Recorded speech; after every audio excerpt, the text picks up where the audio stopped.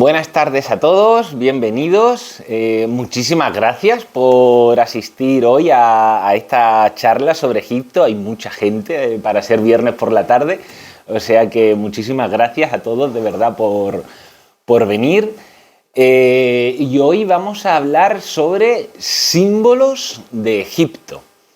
Antes de hablar sobre los símbolos de Egipto, propiamente dicho, vamos a ver qué es un símbolo, porque a lo mejor no lo tenemos claro del todo. Entonces, para empezar por el principio, primero vamos a ver qué es un símbolo.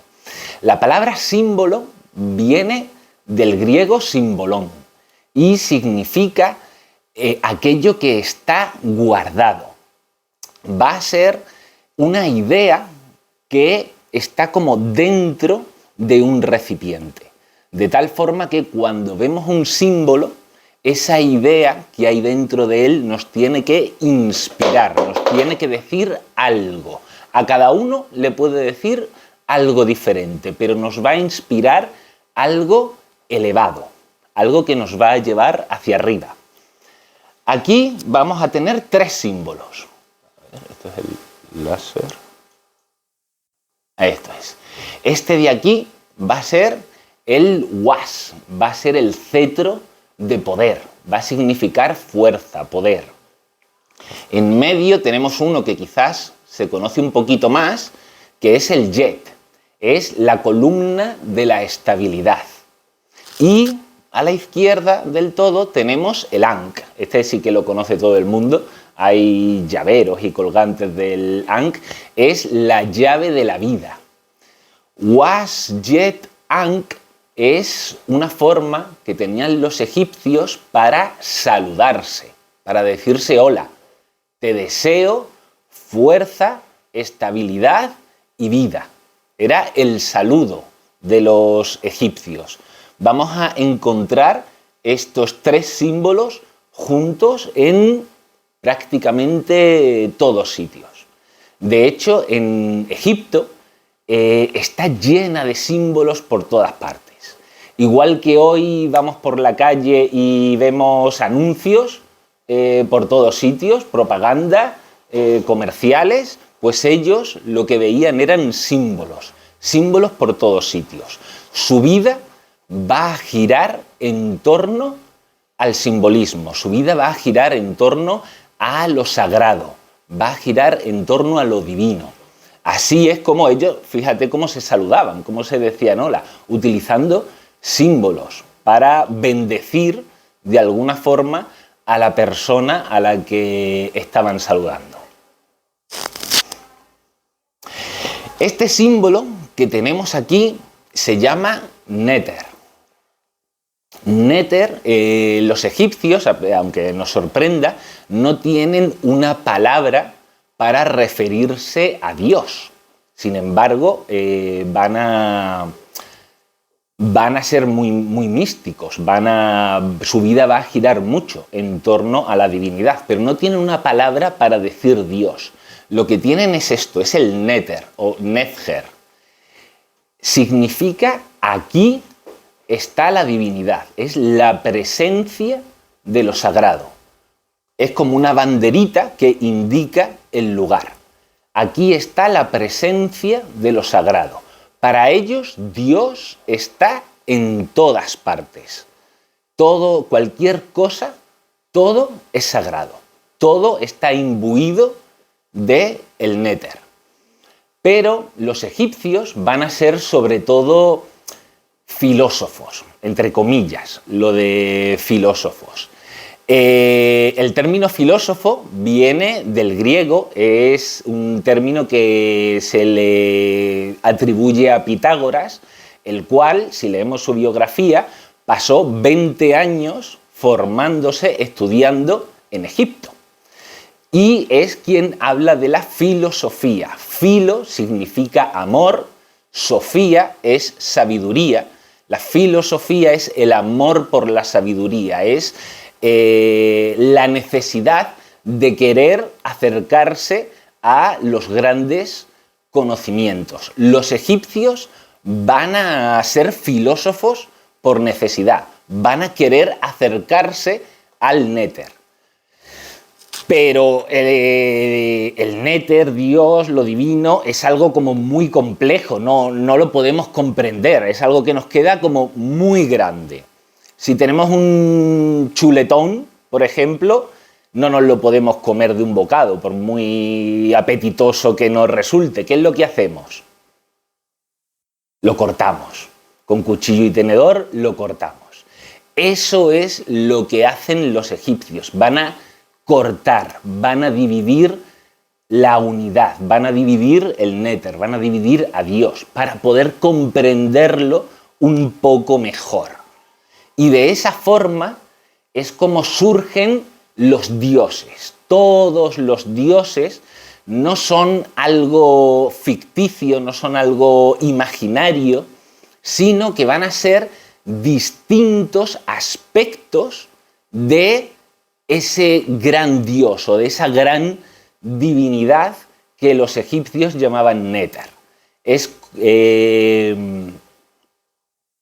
Van a ser leyes de la naturaleza. En realidad, esto que estamos viendo es una especie de representación artística de una ley de la naturaleza. Vamos a poner este ejemplo y a ver si así nos queda un poquito más claro. Este es el dios Osiris. Osiris va a ser dios de la crecida del Nilo, va a ser dios de las cosechas, dios de la fecundidad del grano, también va a ser dios de los ciclos de la luna. En realidad, Osiris lo que va a representar es la ley del eterno retorno, la ley de que todo el universo se mueve de forma cíclica. A mitad de agosto aparecía la estrella Sirio en Egipto, lo cual coincidía con la crecida del Nilo. Se inundaban las orillas del Nilo. Unos meses después, eso volvía a su cauce, todo quedaba extremadamente fértil, podían tener 3, incluso 4 cosechas en medio del Sáhara, en medio del desierto, podían tener todas esas cosechas y al año siguiente volvía a suceder lo mismo.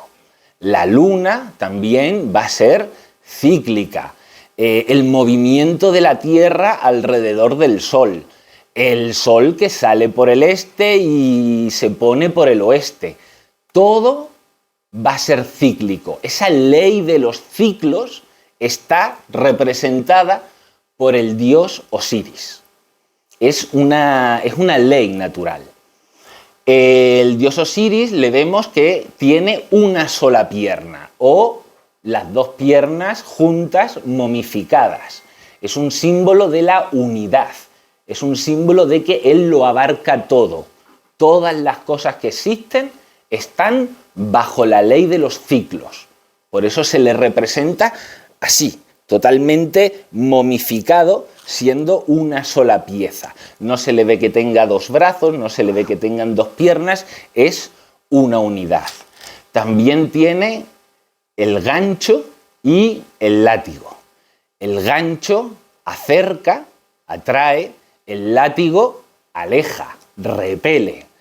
Son los opuestos, es el día y la noche, el calor y el frío, la luz y la oscuridad. Es los opuestos que se complementan. De todo eso es de lo que nos está hablando el dios Osiris. Este de aquí es el hermano de Osiris, es Set. Es un dios al que le odiamos. Es un dios completamente horrible, odioso. Es el dios, se le conoce popularmente como el dios del mal, el dios del desorden, el dios de lo caótico. Cada vez que tenéis un dolor, cada vez que tenéis un sufrimiento, cada vez que la vida os pone un obstáculo delante, una dificultad, se lo podéis agradecer al dios Set. Es el Dios que te fastidia, que te saca de tu zona de confort, que te saca de tu comodidad para traerte algún tipo de desgracia. Al mismo tiempo, también es el Dios de la iniciación. Es el Dios que te ayuda a mejorar, que te ayuda a crecer.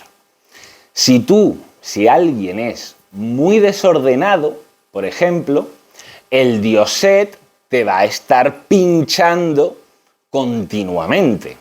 Vas a perder las llaves del coche, vas a perder un papel importante, vas a llegar tarde a una cita, etcétera, etcétera, etcétera. El dioset va a estar ahí recordándote continuamente tu desorden y el caos que tienes en tu vida. Cuando tú, a base de sufrir, porque el dioset nos hace sufrir, cuando a base de sufrimiento decides voy a cambiar mi vida, voy a dejar de ser desordenado, tengo un sitio para colgar las llaves del coche, tengo una carpeta para archivar todos mis documentos, tengo una agenda donde me pongo todas las citas, entonces el dioset deja de molestarnos en ese aspecto. Nos molestará en algún otro aspecto, pero en ese ya concretamente nos deja. Cuando aprendemos y aprendemos y aprendemos de nuestros errores, cuando nos vamos perfeccionando mucho, al final nos damos cuenta de que el dios Set acaba desapareciendo, acaba siendo un dios ficticio, un dios que en realidad no existe. Por eso los egipcios le dibujan, es el único dios que está representado con la cara de un animal que no existe. Es un animal ficticio. ¿Alguien me puede decir qué animal es este? Nadie. No existe ese animal. Hay dioses que tienen cabeza de halcón, que tienen cabeza de buitre, de rana. Son siempre animales que puedes encontrar en la naturaleza, excepto el dios Set. ¿Por qué? Porque cuando has crecido, has evolucionado, el dios Set desaparece. Es como que el dios Set solamente se manifiesta aquí, en el mundo material, en el mundo sólido, pero no está en el mundo del más allá.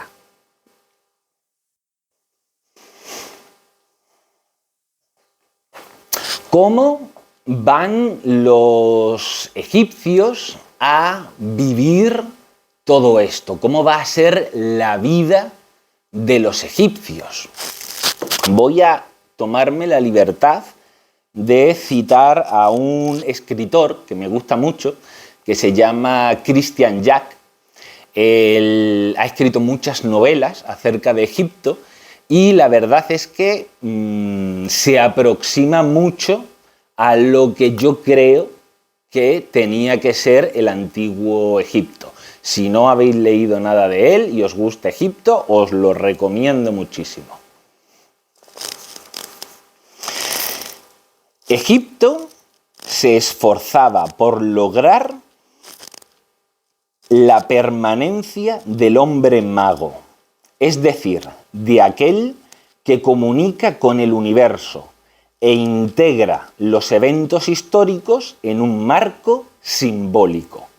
Este hombre siente en su carne y en su espíritu la relación entre el gran universo celeste y el pequeño universo terrestre. Reconcilia las tinieblas y la luz, la materia y el espíritu.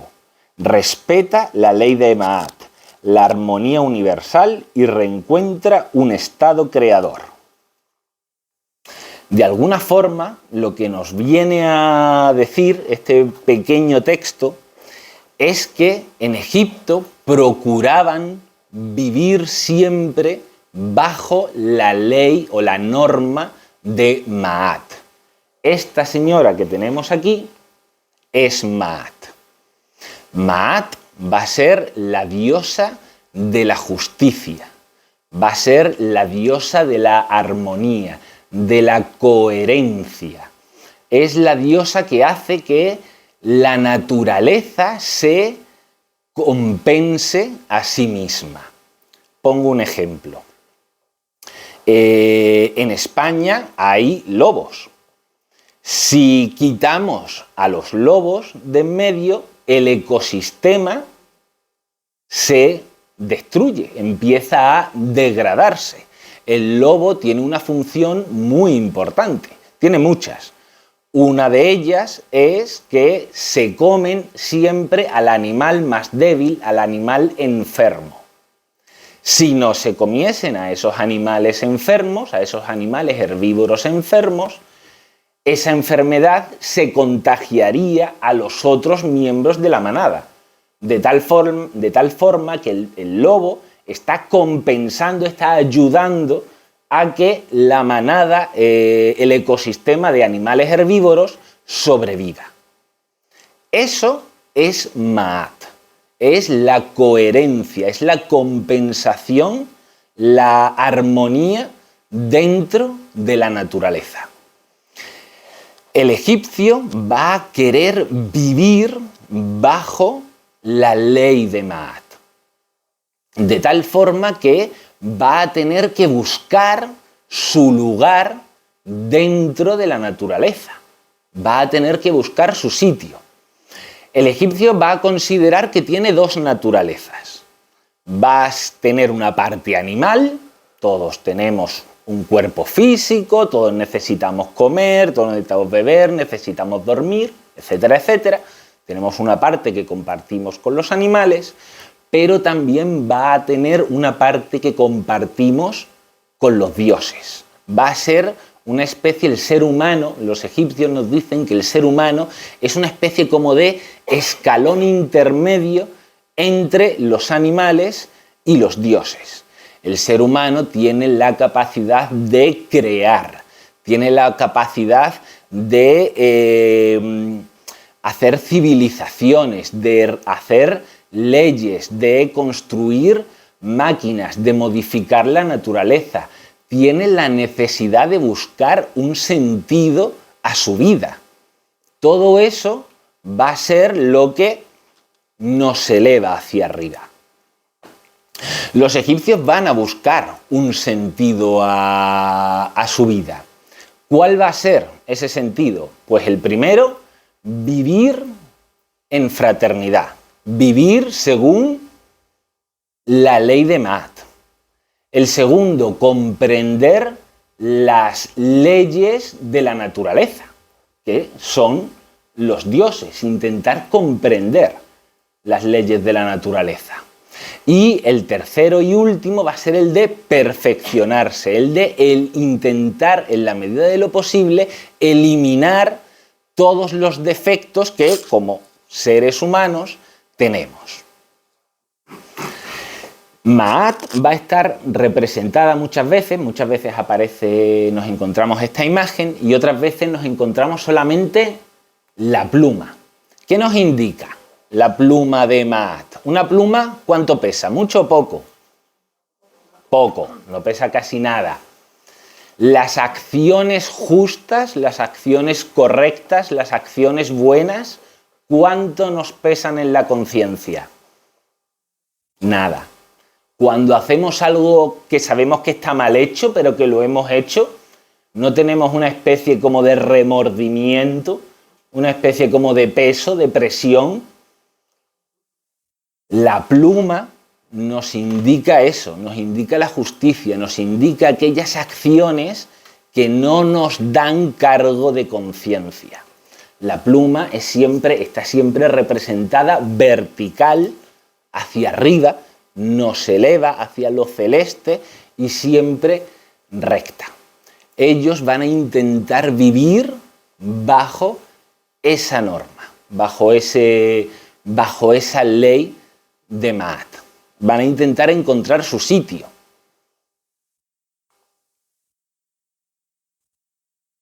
Las pirámides. No podíamos hablar de Egipto y no hablar de las pirámides.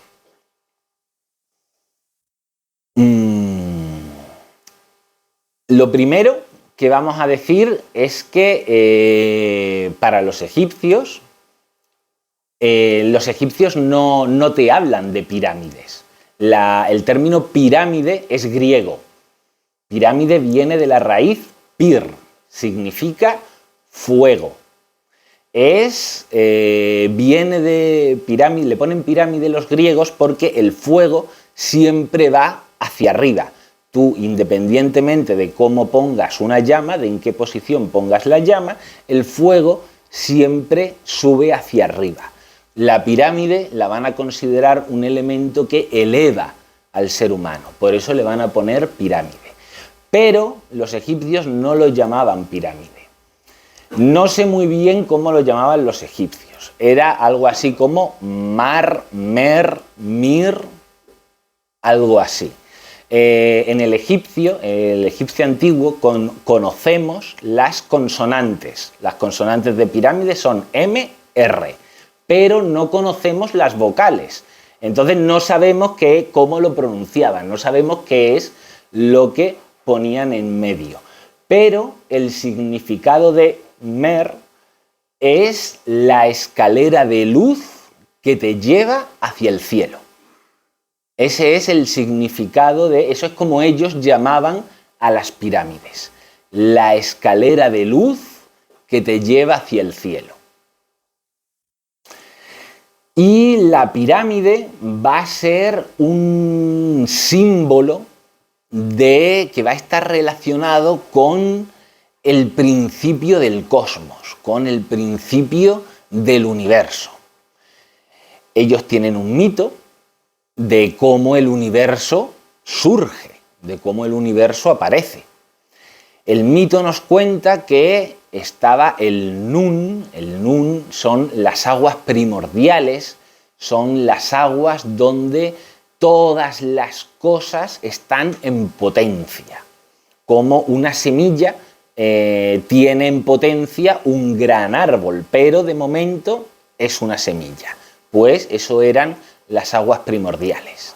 Y de ahí va a surgir una pirámide, una especie de isla en forma de pirámide. Por eso van a construir las pirámides, porque las van a asociar con el inicio del mundo, con el inicio del universo. Es como nuestro Big Bang. Pues eso sería para ellos las pirámides. La pirámide no está colocada al azar, sino que va a tener todo un simbolismo. Va a estar orientada en 3 ejes. Va a estar orientada en el eje norte-sur, el cual es paralelo al río Nilo. Como ya hemos dicho, el río Nilo es el que le da vida a Egipto. Por lo tanto, que esté orientada en el eje norte-sur es un símbolo de vida.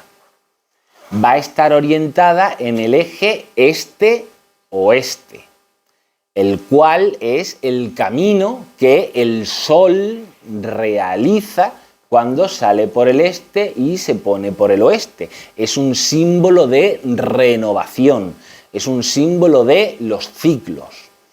Y por último, va a estar orientada en el eje ascendente, en el eje que va desde la tierra hasta el cielo.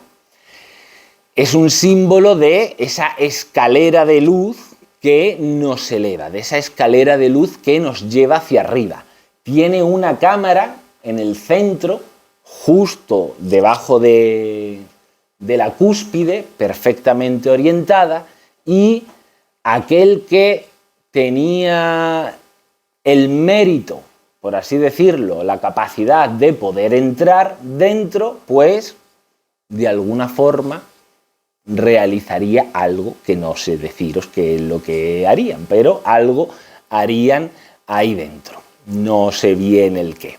Algunas pirámides van a ser tumbas. Muchas pirámides son tumbas. Van a tener la misma función.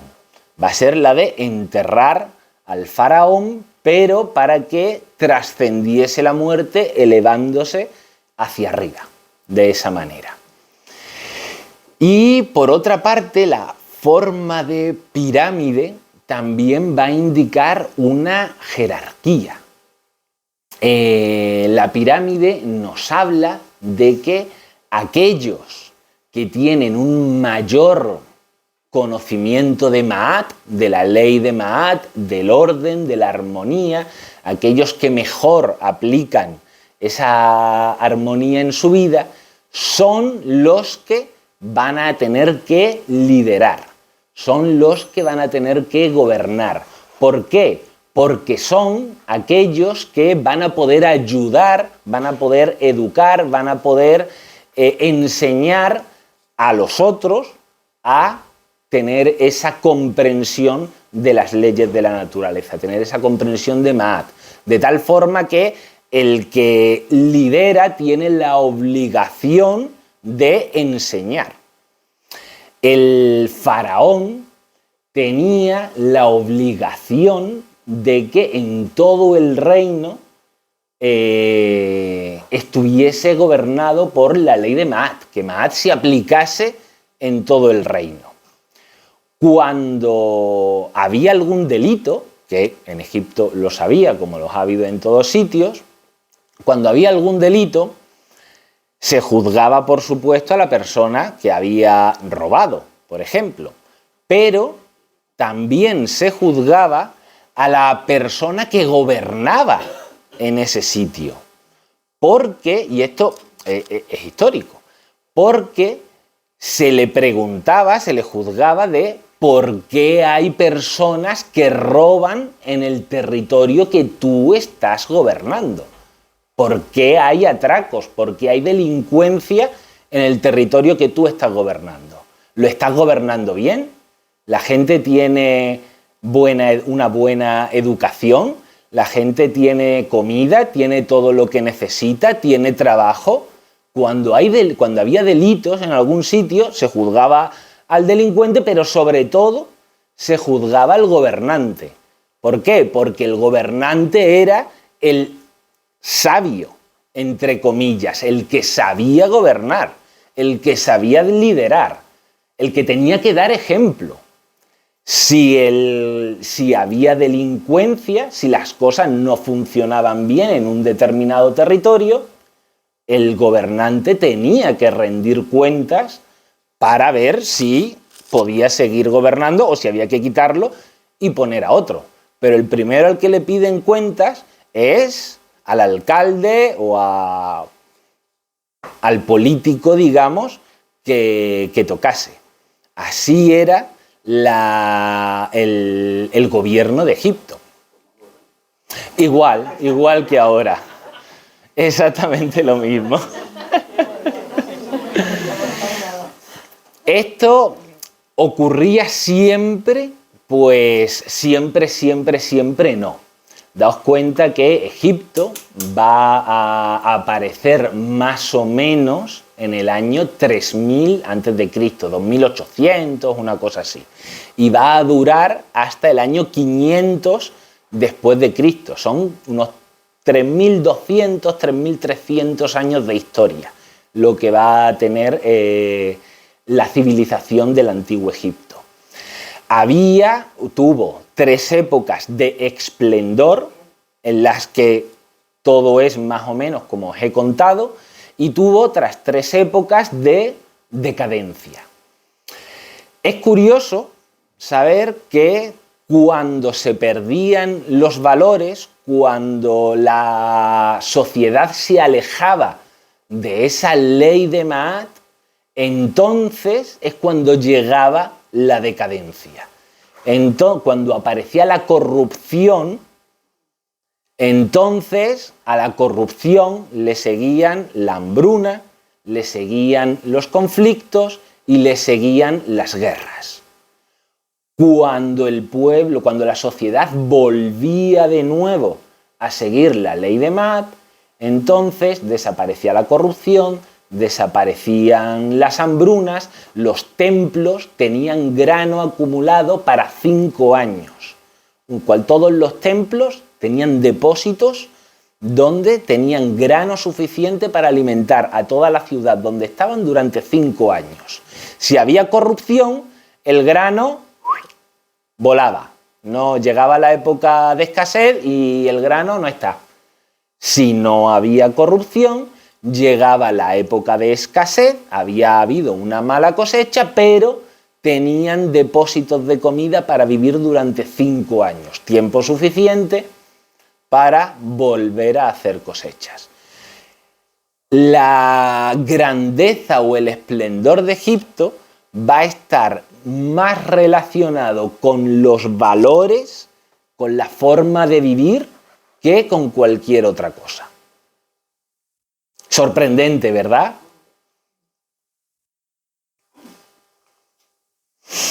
Aquí tenemos, ya para ir finalizando, tenemos la Esfinge. La Esfinge va a ser un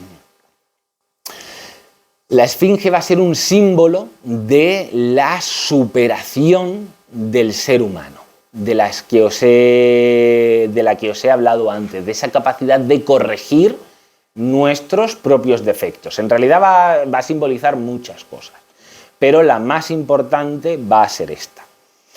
Lo que tenemos en la Esfinge es una cabeza humana que está por encima, está instalada en un cuerpo de animal. La Esfinge va a tener garras de león, cuerpo de toro y como está muy erosionada las ha perdido, pero tenía grabadas alas en los laterales. ¿De qué nos habla la Esfinge? La Esfinge lo que nos está hablando es de la conciencia humana, aquello que nos diferencia de los animales, que gobierna el cuerpo animal. Antes os he comentado que los egipcios consideraban que el ser humano estaba a medio camino entre los dioses y los animales, pues es el gobierno de nuestra parte divina, de nuestra parte más elevada, sobre nuestros instintos, sobre nuestros egoísmos, sobre nuestras avaricias, sobre todo aquello negativo. Es el gobierno de nuestra mejor parte, de nuestra mejor versión. Por lo tanto, es la corrección de nosotros mismos. Y ya para finalizar del todo, comentaros que en esta escuela de filosofía no tenemos pirámides, no tenemos esfinges, no tenemos grandes estatuas como tenían los egipcios, pero lo que sí que tenemos es ese afán, ese sentido de la vida que los egipcios tenían. Tenemos esas ganas de fraternidad que tenían los egipcios, tenemos esas ganas de conocer las leyes de la naturaleza y tenemos esas ganas también de corregir nuestros propios defectos. Por lo tanto, si os gusta Egipto y si os gusta ese sentido que nosotros le damos a la vida, pues este miércoles a las 8 tenemos una presentación de un curso de filosofía en el que, aparte de ver Egipto un poquito más en profundidad, porque lo de hoy es más o menos una pincelada, vemos también Buda, vemos también China, vemos los estoicos, vemos a Platón, etcétera, etcétera, etcétera. Y si me queréis hacer alguna pregunta, pues sois libres de hacerlo. Cuando has sacado con la pluma, Maat. ¿Es el mismo sentido que la pluma vaya hacia la izquierda que hacia la derecha? Sí. En la imagen, la pluma está hacia un lado y en cambio los jeroglíficos están hacia el otro. En principio, que yo sepa, es lo mismo. Es lo mismo. No tengo conocimiento de que haya diferencia si está girada hacia un lado o hacia otro. Esa es la verdad. De hecho, ni siquiera me me había dado cuenta. Como son tan... Sí, sí, sí. Puede ser que tenga algún simbolismo que yo no conozca, ¿eh? La representación de ella con la pluma mirando a la izquierda y que después el jeroglífico se ve mirando a la derecha, pues sí. Arriba están las dos a la derecha y en cambio ella la tiene mirando a la izquierda, ¿no? Es cierto, de todas formas... Sí, sí, sí, pero... Me preguntaba si eso tendría algún significado. A la hora de leer lo de arriba. Pues la verdad es que no se lo sé contestar. El otro pequeñito también está mirando hacia la izquierda. Yo creo que esto son jeroglíficos de escritura, que aquí lo que están es escribiendo algo, que no es exactamente la pluma de Maat, sino que será algún jeroglífico, alguna palabra, pero la verdad es que lo desconozco, no se lo sé decir. ¿Alguna pregunta más por ahí? Si queréis, podemos tomar una cervecita y una tapita y me bombardeáis a preguntas y me podéis interrogar todo lo que queráis. Lo que me extraña es que todo lo que has dicho, ¿sí? Es que es lo que está pasando aquí ahora. De la civilización. Sí, a ver, mira, fíjate. El sistema del año bueno, el año malo, que se acaba el trigo, que ahora no hay trigo, es lo mismo que ahora. Osiris, el primer dios que he puesto al principio, este de aquí, como he comentado, nos habla de los ciclos. Todas las cosas están sujetas a los ciclos, también las civilizaciones. Todo aquello que alguna vez nace tiene su punto álgido y después muere. Le pasa al Imperio Romano, que nace, surge, llega a un punto realmente alto y después acaba cayendo. A Egipto le pasó en 3 ocasiones y a nosotros pues también nos tiene que pasar por ley natural. En algún momento nuestra civilización ha surgido, ha crecido, ha creado tecnología, hemos ido a la luna, etcétera, etcétera, etcétera, pero más tarde o más temprano todo lo que surge tiene que caer. Es una ley de los ciclos. Dime. Un ciclo. Un ciclo. Exactamente. Es un ciclo. Las civilizaciones, todo, la historia también va a tener sus ciclos, va a tener sus momentos álgidos, sus momentos de esplendor, épocas doradas, donde reina la ley de Maat, va a tener sus épocas doradas, donde hay armonía entre los seres humanos, y va a tener épocas oscuras, épocas negras, donde va a reinar Isfet. Isfet es la diosa, digamos, contraria a Maat, es el desorden, es la corrupción, es el caos, es lo terrible, las tinieblas. Eso es Isfet, es el desorden. Cuando ellos caían, cuando tenían una época baja, cuando la corrupción reinaba y se olvidaban de la ley de Maat, entonces decían que estaban siendo gobernados por Isfet, por el desastre. Hoy en día Isfet pues está bastante presente en nuestro mundo. Solamente hay que ver cualquier informativo para darnos cuenta de que Isfet está en todas partes. Está ahí. Está muy arriba, exactamente. Pero daos cuenta cómo todos los dioses de Egipto tienen realmente un significado, son una realidad invisible.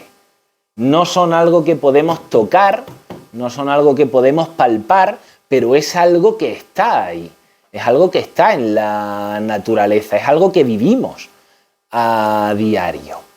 Nos influyen de alguna manera, no, nos influyen claramente.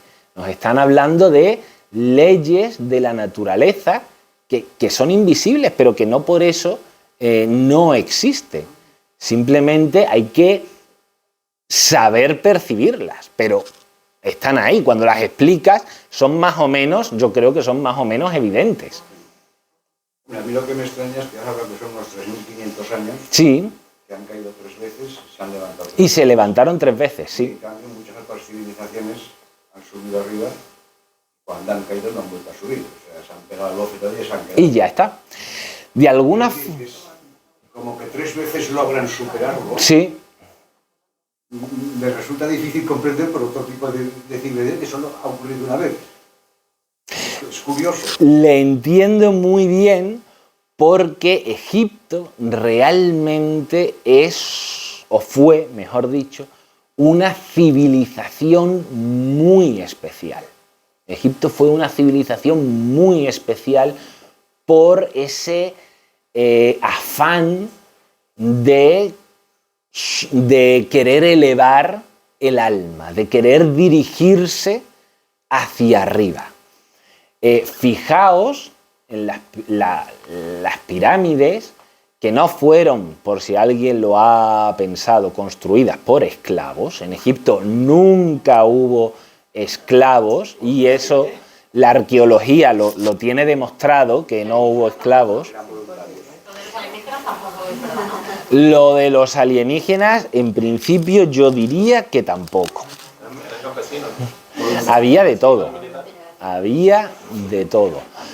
Pero fijaos que semejante monstruosidad de construcción, con piedras de muchas toneladas, la más grande pesa 20 toneladas, y la cantera de donde se sacaban esas piedras estaba a 3.000 kilómetros de distancia. Fijaos la obra monumental que hacen para elevar el alma, con un sentido completamente sagrado. Entonces, es una civilización que hoy en día a nosotros nos cuesta mucho comprender, porque nuestra mentalidad no tiene nada que ver con la del antiguo Egipto. Pongo un ejemplo muy sencillo. Para nosotros, 1 kilo de oro es una fortuna. Tenemos algo de oro y lo podemos vender, nos ganamos un dinero, es algo monetario. Para los egipcios, el oro, que habréis visto que se enterraban al faraón, al noble, a la persona que fuese, con muchas figuras hechas de oro, el oro no tenía un valor económico. El oro no servía para comprar comida, no servía para comprar propiedades. El oro no era monetario, no servía como dinero. El oro era un metal sagrado. Para ellos el oro era la carne de los dioses. ¿Por qué? Os preguntaréis. El oro es el único metal que tiene la capacidad o la facultad de no oxidarse. Tú coges una piedra de oro, la entierras durante 2000 años y sacas 2000 años después exactamente la misma piedra de oro. No se ha oxidado, no se ha deteriorado de ninguna manera. No hay ningún otro metal que haga eso. El oro para ellos era un símbolo de eternidad. Era un símbolo que te acercaba a el mundo celeste, que te acercaba a lo eterno, que se alejaba de las cosas que están destinadas a desaparecer. Por eso, para ellos el oro era un metal sagrado. Si tú vas ahora a Egipto, el guía que te enseña el templo te dice: aquí, en este sitio escondido, los sacerdotes escondían el oro, porque lo tenían ahí para ellos solo. Es cierto que tenían sitios sagrados dentro de los templos donde había arte, formas artísticas hechas con oro, pero no porque estuviesen escondiendo una fortuna para ellos, no necesitaban una fortuna para nada. Es porque eran objetos sagrados que de alguna forma revitalizaban el templo, de alguna forma ayudaban a conectar con los dioses. Por eso también en los entierros, en las tumbas, que para ellos no eran tumbas, eran moradas de eternidad, para ellos en las moradas de eternidad les enterraban con objetos hechos de oro, porque de alguna forma ese objeto iba a ayudar a que su alma, su espíritu, pudiese renacer. Era un objeto que le ayudaba a acercarse a lo que ellos llamaban el Amenti, el mundo de los dioses, el mundo eterno. También muy curioso, ya me estoy metiendo con curiosidades, es también muy curioso cuando ves las representaciones artísticas que ellos hacen del Amenti. El Amenti es el paraíso, ¿vale? Para que nos entendamos.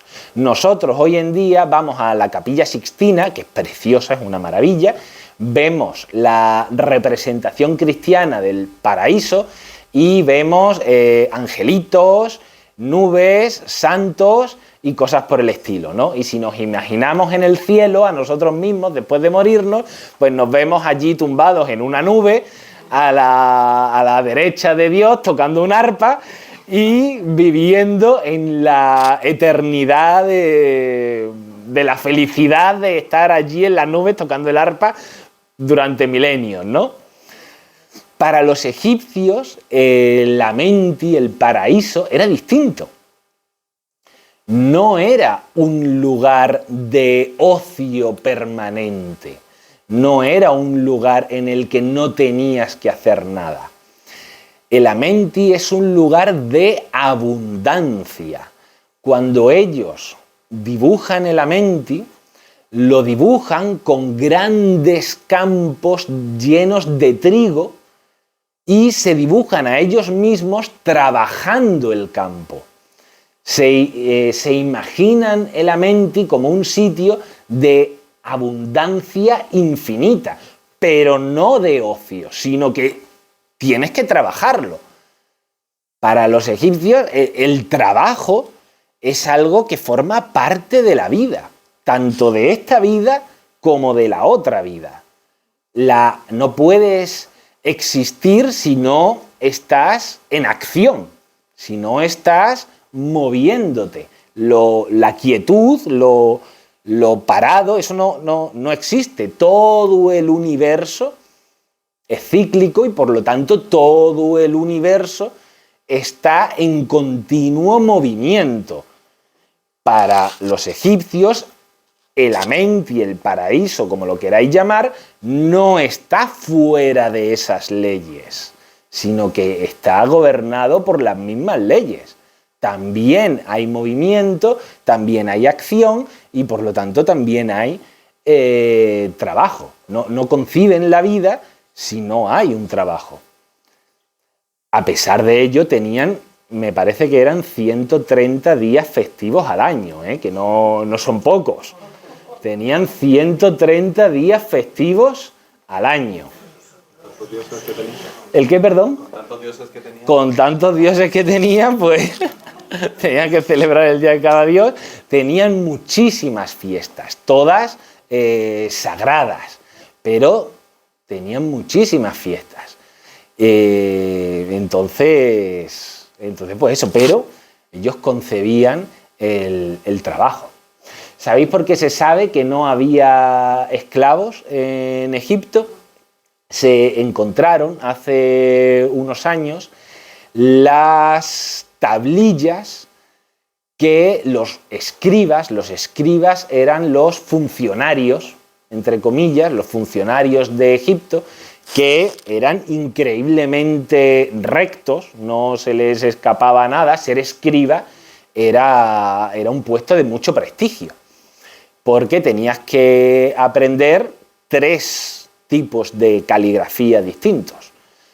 Entonces, los escribas tenían tablillas grabadas con todos los artesanos que había trabajando en la obra.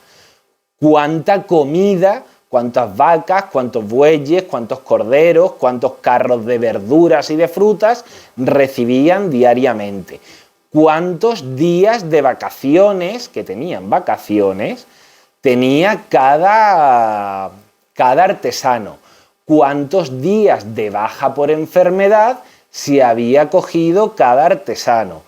Cuántos... ¿qué era lo otro? No me acuerdo ahora. Bueno. Eso, claro. ¿Y cuánto cobraban? ¿Qué paga recibía mensualmente cada artesano? Todo eso se conserva hoy en día. Está escrito en tablillas. Todos los registros que los funcionarios de la época hicieron. Entonces, se sabe por eso que no había esclavos, que tenían vacaciones, tenían bajas por enfermedad, tenían sueldo, etcétera, etcétera, etcétera. Hablamos de artesanos. Hablamos de artesanos. No hablamos de los obreros. No, es que el artesano, de alguna forma, es el obrero. Es decir, Hay que tener millones de artesanos. me explico. Cada una de estas piedras es una piedra cúbica, que la más pequeña puede ser como de esta pared a esa pared, ¿vale? Tiene una forma perfectamente recta y está montada sin argamasa, sin cemento. Todas las piedras están encajadas como si fuese un puzzle, como si montases un puzzle. La precisión que necesitas para tallar esa piedra y para transportar esa piedra y para colocar esa piedra exactamente en su sitio y que encaje con todas las otras piedras, ese trabajo está hecho por gente muy profesional, muy habilidosa. No está hecha por un cualquiera. El trabajador, si quiere llamarlo así, el trabajador es un trabajador muy cualificado. El obrero es un obrero muy cualificado. Un obrero, para transportar una piedra de 20 toneladas y colocarla en su sitio, tiene que saber hacerlo. Todos nosotros juntos nos ponemos y no lo hacemos, seguro. Bueno, ¿alguna preguntita más? Y si no, pues os veo a todos en el bar tomando una Coca-Cola y me podéis seguir preguntando. Muchísimas gracias.